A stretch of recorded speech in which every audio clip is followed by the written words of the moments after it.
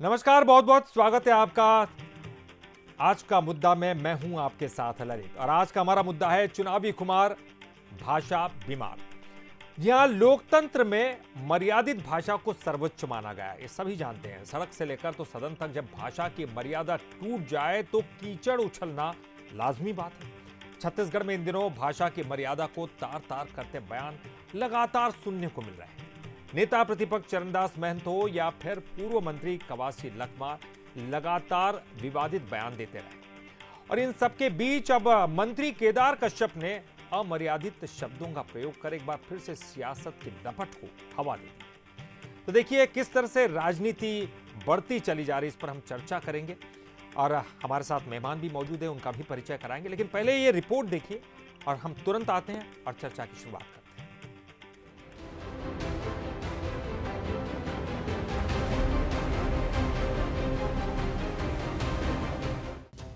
पहले कांग्रेस के मोदी पर वार, हमला लाठी धरैया आदमी चाहिए, नरेंद्र मोदी के मूड फोरैया आदमी चाहिए और रात दिन तंग करके यहाँ ले चीन भेजने वाला आदमी चाहिए। इसकी गारंटी फेल हो गई है। छत्तीसगढ़ के लोग समझते हैं कि वो डिफॉल्टर आदमी है।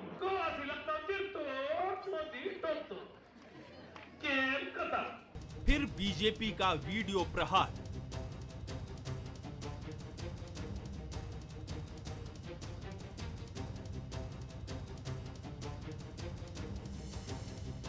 आखिर किस स्तर तक गिरेगा चुनावी प्रचार? छत्तीसगढ़ में पहले चरण के रण में 19 अप्रैल को बस्तर में वोट डाले जाने हैं, जिसको लेकर प्रचार पूरे शबाब पर है। प्रचार का लेवल जितनी तेजी से हाई हो रहा है, भाषा का सेंसेक्स उतनी ही तेजी से निचले स्तर पर पहुंच रहा है। कांग्रेस की तरफ से बीमार भाषा का जमकर इस्तेमाल हुआ।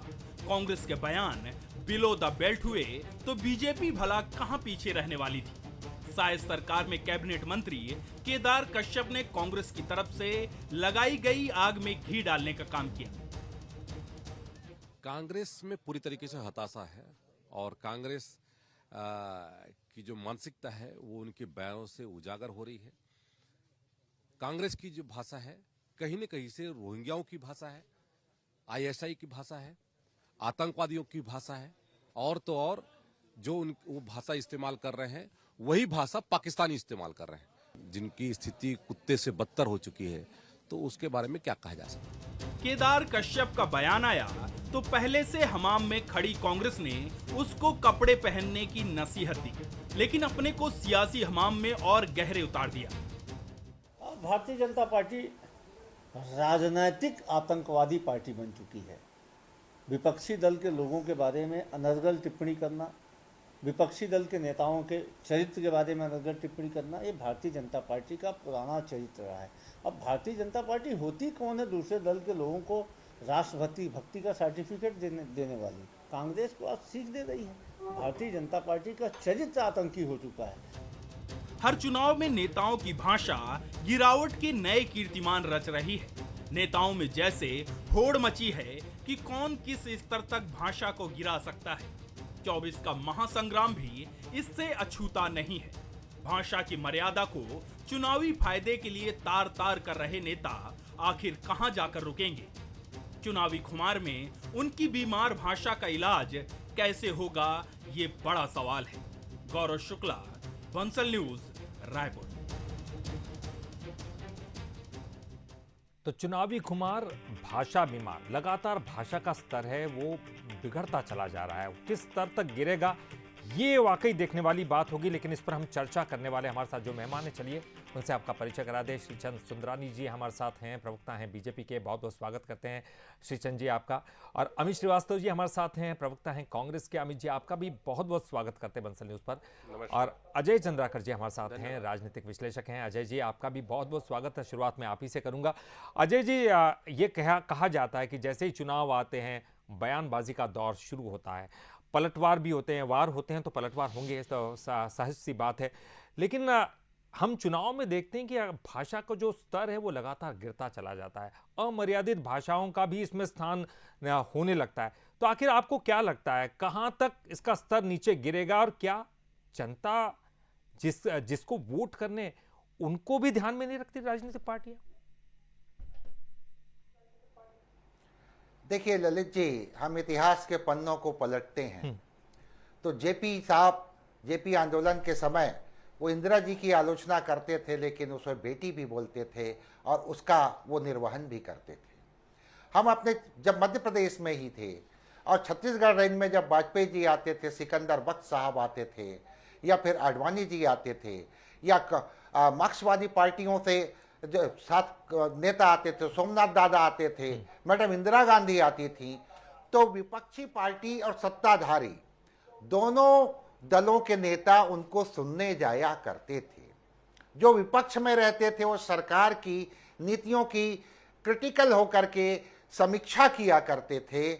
ये दौर भी देखे, हम तो वह भी दौर देखे ललित जी, जब अटल बिहारी वाजपेयी जी को बीजेपी के ही गोविंदाचार्य जी बोले, सर आप बोलते बोलते आंख बंद कर देते हैं या कुछ समय के लिए रुक जाते हैं, तो वह बौद्धिक लेवल या फिर इंटेलेक्चुअल जो लोग थे उनके बीच का वो संवाद देखते थे। लेकिन आज आप बहुत सुंदर शब्द का प्रयोग किए ललित जी, ये वाद होता है, फिर उसका प्रतिवाद होता है, और उसके आज के समय में पर्टिकुलर इस सेंचुरी में आने के बाद यह हम लोग देख रहे हैं कि भाषा का स्तर, कह सकते हैं ऐसे भाषाओं का प्रयोग नहीं होना चाहिए। ये जो छत्तीसगढ़ के दो पर्सनालिटी के ऊपर बात करूंगा, डॉक्टर चरणदास महंत जी के पिताजी छत्तीसगढ़ के दिग्गज नेता थे और वो कभी भी ऐसे शब्दों का प्रयोग नहीं किए। केदार कश्यप जी के पिता बलीराम कश्यप जी छत्तीसगढ़ के बहुत ही बड़े नेता थे, काला हीरा कहलाते थे बस्तर में, लेकिन वो काला हीरा वो स्वयं बोले थे कि मेरी पार्टी का गृह मंत्री का काम ठीक नहीं है, इसलिए उसको उस मंत्रालय से हटा दिए। ये सुचिता भी देखे हैं, और उनके जो कह सकते हैं कि आज उन्हीं परिवारों के द्वारा इस तरह का भाषा आ रहा है, तो निश्चित रूप से एक क्षोभ भी होता है। और लोकतंत्र में शायद आप देखिए केंद्रीय नेतृत्व में इस तरह की बातें नहीं है, लेकिन आज यहाँ पर जनता ऐसे शब्दों को पसंद नहीं करती। जो मूलभूत बुनियादी मुद्दे हैं उनके ऊपर डिस्कशन करते तो ये बिल्कुल आप बिल्कुल आपने अजय जी आपने बहुत अच्छी बात बताई कि जो पहले का जमाना था किस तरह से बातें किया करते थे। देखिए आलोचना कीजिए, कामों की आलोचना कीजिए, बहुत सारे आलोचना का स्तर होता है, लेकिन जिस तरह की भाषा की मर्यादा अब तार तार होती जा रही है वो प्रश्न चिन्ह जरूर लगा रही है। चलिए मैं राजनीतिक मेहमानों का रुख करूंगा। श्रीचंद जी आपसे शुरुआत करते हैं। श्रीचंद जी देखिए, हम ये मान सकते कि कांग्रेस ने पहल की, शुरुआत उन्होंने की, और हम लगातार जो है कांग्रेस को कटघरे में खड़ा भी करते रहे, लेकिन आपने क्या किया? बीजेपी ने तो आग में घी डालने का काम कर दिया। आप 70 साल तक शासन करने वाली कांग्रेस पार्टी को आप पाकिस्तानी बोल रहे हैं, उनको आतंकवादी बोल रहे हैं, कुत्ते तक की संज्ञा दे दी। सर ये तो बहुत ज्यादा हो गया ना। ललित जी, मैं अभी सुशील आनंद शुक्ला जी को सुन रहा था, उन्होंने भारतीय जनता पार्टी को आतंकवाद, राजनीतिक आतंकवादी पार्टी बोला है। कवासी लखमा के बयानों पे ध्यान दीजिए। आप चरणदास महंत जी एक बार नहीं 2 बार और अनेक बार वो वही उसी प्रकार के प्रधानमंत्री जी के खिलाफ इतनी अनर्गल बातें करते हैं, इतनी हल्के स्तर की बातें करते हैं। मैं व्यक्तिगत रूप से महंत चरणदास जी का प्रशंसक रहा हूं, वो बहुत अच्छे नेता के रूप में मेरे मन में छवि थी, लेकिन जिस स्तर पे जाके उन्होंने बयान दिया है, मैं तो क्या पूरे छत्तीसगढ़ की जनता थू थू कर रही है चरणदास महंत जी के ऊपर। कहीं ना कहीं इस प्रकार की हल्की भाषाओं का उपयोग करके कांग्रेस ने मैदान में आके ये बातें की, क्योंकि वो हतोत्साहित हो चुके हैं। वो जानते हैं कि चुनाव हारने जा रहे हैं, पूरे प्रदेश में 11 की 11 लोकसभा सीटों पे। वो अपने आप को स्थापित करके विवादास्पद बयान देके अपने आप को जिंदा रखना चाहते हैं। कहीं पे भी उनकी स्वीकार्यता छत्तीसगढ़ में समाप्त हो गई चरणदास महंत जी की, और निश्चित रूप से कोरबा सीट का भी परिणाम आप देखिएगा, लाखों में पराजित होंगे कांग्रेस के। श्रीचंद जी वो तो देखिए आपने भी वही गिना है।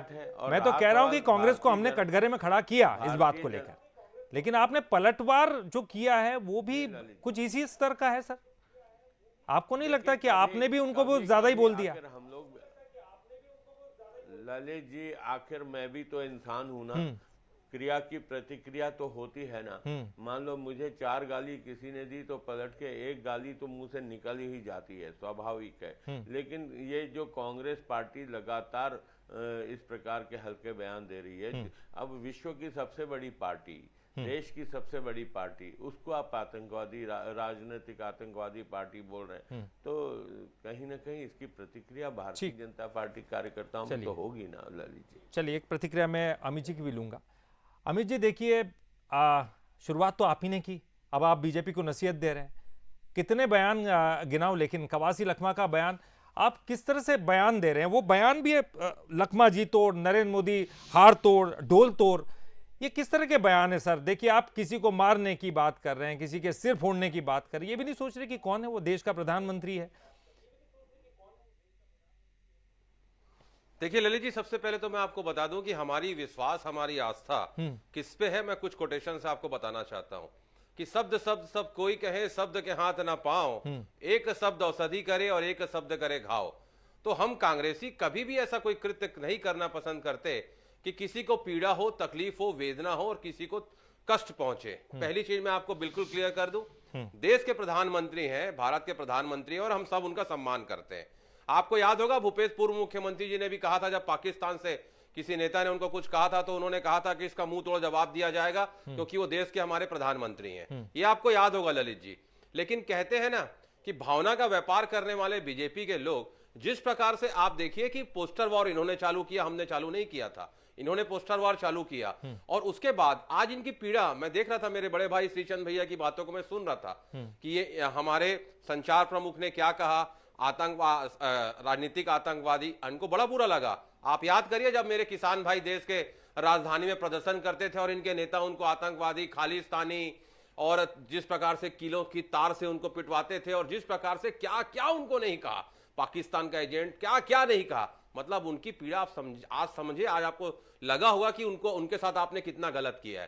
पहली चीज। दूसरी चीज मैं आपको बता दूं कि लगातार राजनीति में सुचिता का हम विश्वास करते, मर्यादा होनी चाहिए, शब्दों का प्रयोग ऐसा नहीं होना चाहिए, क्योंकि जनता ऐसी सब चीजों को बिल्कुल भी पसंद नहीं करती। ये मेरी व्यक्तिगत आप जो बोल रहे हैं, चरणदास महंत ने भी सफाई दी, लेकिन बाद में सफाई देने से क्या होगा? देखिए सर, मुंह से तो निकल गया ना सर, वो तो तरकश में तीर निकलता है, कमान से छूट गया, वो जहां घाव करना था कर गया वो घाव।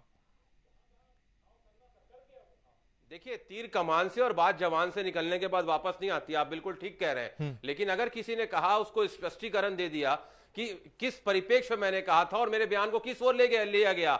लेकिन जिस प्रकार से मैंने कहा ना, भाजपा के लोग ज्वलंत मुद्दों पे बात नहीं करते और कहते हैं ना कि इन भावनाओं का व्यापार करने वाले जो लोग हैं वो किस ओर इस पूरे चुनाव को ले जाना चाहते हैं, जनता समझ रही है। और कहते हैं ना कि भाजपा की सियासत का इतना सा फसाना है, बस्ती भी इन्हीं को जलाना है और आके चैनल में मातम भी इन्हीं को मनाना है। तो जनता बहुत समझदार है साहब, आने वाले चुनाव में इनका माकूल जवाब देगी। और रही बात जिस प्रकार से अभी एक हमारे जी श्रीचंद जी जिस प्रकार कुछ से कहना चाहते थे और मंत्री जी और आपने उस बयान को कुछ और समझ लिया और उस पर पलटवार भी करना शुरू कर दिया, कह रहे हैं आप।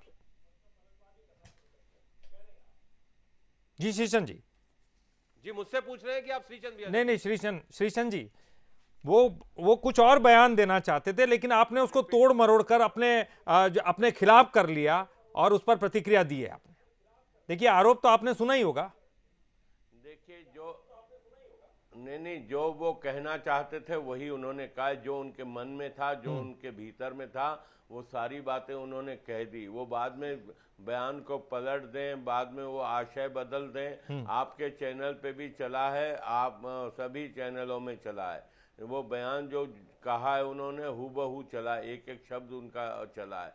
तो अब वो कितना भी बदल दें अपने आप को, लेकिन जो बात उन्होंने कही है, कहीं न कहीं इतने बड़े नेता, जो नेता प्रतिपक्ष भी हैं, मध्य प्रदेश के समय में गृह मंत्री रहे और उनका परिवार बड़ा सभ्य परिवार माना जाता है। उनके पिताजी की बड़ी साख रही है, उनकी खुद की साख रही है। लेकिन इस बार के लोकसभा चुनाव में इनकी साख की मटियामेट खुद इन्होंने कर दिया है। जनता इनको सबक सिखाएगी साहब। जो मोदी जी के खिलाफ अनर्गल बात करें और उसके बाद कहें कि मेरा आशय, क्या आशय था इनका, बताएं वो क्या आशय था जी। क्यों इस प्रकार? अमित जी बताइए, क्या आशय था आपका?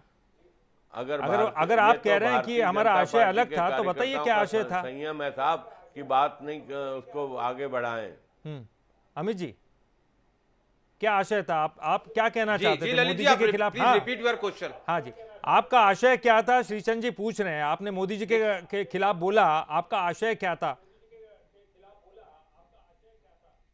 देखिए, पूरी बात डॉक्टर चरणदास महंत जी ने स्पष्टीकरण उस दिन दे दिया था, और मैं आपके माध्यम से एक ही चीज स्पष्टीकरण मैं वही जानना चाहता हूं। देखिए, मैं आपको व्हाट्सएप भेज दूंगा, मैं चैनल में बता भी देता हाँ, हूं। बताइए। जी, उन्होंने कहा कि मैं हमेशा छत्तीसगढ़ी वाक्यों का मैं प्रयोग करता हूं, और जिस प्रकार से मैंने पूरी बातों को वहां पर रखा, मैंने उस परिप्रेक्ष्य में कहा था, लेकिन मेरे बयान को तोड़ मरोड़ के पेश किया गया। और कल भी उन्होंने कहा कि मुझे देश के प्रधानमंत्री पे कुछ नहीं कहना है, ये उनके अनंत भक्त को बता दीजिए, भाजपा के कार्यकर्ताओं को बता दीजिए। तो ये मैं वही चीज कह रहा हूं कि वो अभी उन्होंने, श्रीचंद भैया ने कहा कि उनकी छवि धूमिल हो गई। देखिए, जनता जनार्दन होती, जनता सारी चीजों को समझती है। एक मिनट भैया, डॉक्टर चरणदास महंत जी हमारे कांग्रेस के बहुत वरिष्ठ नेता हैं। ठीक कहा आपने, गृह मंत्री के साथ साथ आपको बता दूं, तीन हमारे बार हमारे अध्यक्ष रहे, विधानसभा अध्यक्ष रहे, स्पीकर रहे, केंद्रीय मंत्री रहे। उन्होंने वो शब्दों की मर्यादा को समझते हैं साहब। संसदीय शब्द का प्रयोग कहां करना है, कैसे करना है, वो कहीं बेहतर समझते हैं, कबीरपंथी हैं। और मैं आपको बता सकता हूं कि वो हमेशा हमको समझाते हैं कि अगर आप डिबेट में जाते हैं, आप इसका मतलब बताइए ना सर। शब्दों का कोई सर, इसका मतलब बताइए मुझे, किसी को पीड़ा हो जाए। ठीक है सर। जो व्यक्ति हमको समझाता होगा वो किसी को पीड़ा देने वाली बात कर ही नहीं सकता। अमित जी, मतलब समझाइए ना। मूड फोड़ने वाला आदमी चाहिए, सिर फोड़ने वाला आदमी चाहिए, चीन भेजने वाला आदमी चाहिए, किस तरह से बात है? संरक्षण ऐसा चाहिए जो लाठी धरकर मारने वाला हो? तो आप ही बताइए ना। आशय तो आम जनता तो समझती है ना। चलिए, बीजेपी की छोड़िए। देखिए ललित जी, कई सारे मुहावरे ऐसे होते हैं, जैसे अब मैं मेरे आपकी सफाई में चलिए सुन लेते मुहावरे बता रहे हैं। जी जी, आप कैसे डिसाइड कर सकते हैं? जनता ने डिसाइड कर लिया है। जो व्यक्ति जिन्होंने कहा था उन्होंने स्पष्टीकरण दे दिया। और मैं आपको बता दूं, जैसे कहावत है, मैंने कहा ना, मेरे संस्कार मुझको अलाउ नहीं करते, लेकिन अभी जिस प्रकार से मंत्री जी कह रहे थे, मैं आपको बता दूं कि मुहावरा प्रयोग किया जाता है, और उस मुहावरे का ही इन्होंने पूरा चेंज किया और पूरे मुद्दे को भटकाने का काम कर रहे हैं। आज देखिए, ये महंगाई पे बात नहीं करते, रोजगार पे बात नहीं करते, ये पूरे मुद्दे को भटकाना चाहते हैं। शराब पी के बोल रहे थे क्या? जी सर, आप पहले श्रीचंद भैया की बात सुन लीजिए। नहीं, वो सवाल पूछ रहा है। आपका चैनल बहुत लोकप्रिय है। ठीक है। चलिए, मैं श्रीचंद जी से सवाल पूछता हूं। देखिए, उन्होंने तो आपसे सवाल पूछा। कवासी लकमा शराब पी के बोल रहे थे क्या? बिल्कुल। महंत जी ने जो बोला, बाद में वो उनका आशय नहीं रहा, ऐसा बोल के क्या बयान से पलट सकते हैं क्या? बयान तो ऑन रिकॉर्ड है। आज बिल्कुल ठीक है बयान रिकॉर्ड हो जाते हैं और सारे टीवी चैनलों में चला है, लोकप्रिय चैनल बंसल में भी चला है, तो उसको आप कैसे नकार सकते हैं? देखिए, बिल्कुल ठीक कहा आपने। एक व्यक्ति अगर उसके मुंह से कुछ निकला, उसने स्पष्टीकरण दे दिया, और जिसपे हम बहस कर रहे हैं कि जिनके लिए बोला गया, देश के सर्वोच्च पद पे बैठे, हम उनका बहुत सम्मान करते हैं, लेकिन उन्होंने क्या कहा था? मौनी बाबा। उन्होंने क्या कहा था? रेनकोट पहन के नाचते। उन्होंने क्या कहा था? भरे लोकसभा में अजय जी, पत्नी को 50 लाख की गर्लफ्रेंड, उस पे आप क्यों नहीं चाहते? लेकिन आपको पता नहीं, उन्होंने अपने पक्ष में उसको बना लिया, आपके उस बयान को, माफी भी नहीं मांगी। ठीक सर, ठीक है। अजय जी, हमने अक्सर देखा है कि गोंडी, हल्बी, कुड़ुक, इस तरह की जो भाषाएं, लोकल जो लैंग्वेज है, उनका सहारा लेकर, छत्तीसगढ़ी संस्कृति का सहारा लेकर, मुहावरे के प्रयोग की बात कहकर कुछ ऐसे बातें की जाती है। क्या ठीक है इन सब का किनारा लेकर, इनका सहारा लेकर इस तरह की भाषा का प्रयोग किया जाए, फिर बाद में बोल दिया जाए कि ये छत्तीसगढ़ी संस्कृति है, आप नहीं समझ सकते, मुहावरा है, आप नहीं समझ सकते? बिल्कुल ललित जी, छत्तीसगढ़ में बहुत सारी बोलियां, इवन अलग अलग जो टोपोग्राफी है इनका, वहाँ बोली जाती है। तो एक कोई छत्तीसगढ़ी कोई दावा नहीं कर सकता कि मैं छत्तीसगढ़ के समस्त बोलियों को समझता हूँ। मूल बात यह है कि पास्ट टाइम के एक्सपीरियंस से विपक्ष में जो भी पार्टियां हैं, जो लोकसभा चुनाव के मद्देनजर उनको अनुभव रहा है कि बीजेपी जिस तरह से पास्ट टाइम में जो उनके नेता बोले, उनको किस ढंग से जनता के सामने कम्युनिकेट की, और होता ये गया ललित जी कि कोई भी पांडुलिपि जो होती है ना, वो 2 स्टेज 3 स्टेज तक जाते जाते वो विकृत रूप में जनता के सामने चली जाती है। ये भी होता है। जैसे अभी मुंबई में नारी शक्ति का विषय आया और उसको जिस तरह से बीजेपी अपने चुनाव प्रचार में रखना प्रारंभ की, तो केंद्रीय नेतृत्व अलर्ट हो गया विपक्ष का, वो ऐसे शब्दों का प्रयोग नहीं कर रहे हैं। लेकिन दुर्भाग्य से छत्तीसगढ़ की जो कल्चर नहीं रही है, वहां ऐसे शब्दों को इस समय सुनने को मिल रहा है। वाकई हमें याद है ललित जी, जी जब डॉक्टर राधा कृष्णन जी रायपुर आए थे एक जमाने में, वो अंग्रेजी में बोले, तो उनका ट्रांसलेट करने के लिए कांग्रेस और बीजेपी दोनों के नहीं, वाकई है ये बात आपने सही की। जो हमारे पुराने नेता थे, वो एक जमाना अलग था जिसमें भाषा की मर्यादा का वाकई ख्याल रखा जाता था, लेकिन आज का स्तर ये क्यों बिगड़ता जा रहा है, सवाल हमारा यही है। बहुत बहुत शुक्रिया अजय जी आपका भी, अमित जी आपका भी, और श्रीचंद जी आपका भी बहुत बहुत शुक्रिया इस डिबेट में पार्टिसिपेट करने के लिए। और निश्चित तौर पर खास बात ये भी है क्योंकि बात निकलेगी तो फिर दूर तलक जाएगी। बात तो निकल चुकी है, अब वो दूर तलक जाएगी क्योंकि उस पर चर्चाएं भी होंगी, बहस भी होगी और जनता तक खास बात, जैसे कि हम कहते हैं कि तरकश से तीर निकल चुका है, कमान से निकल चुका है, वो पहुंच चुका है और जहां जहां उसने घाव करना है उसने घाव कर दिया है। अब जनता की बारी है क्योंकि उनको वोट करना है और वो देख के वोट करना है कि कौन सी पार्टी उनके लिए उनके हित में है, कौन सी पार्टी अच्छा आचरण करती है। बहरहाल आज का मुद्दा में इतना ही। चुनावी खुमार, भाषा बीमार। आगे देखिए दिन भर की बड़ी खबरों का बुलेटिन प्राइम टाइम।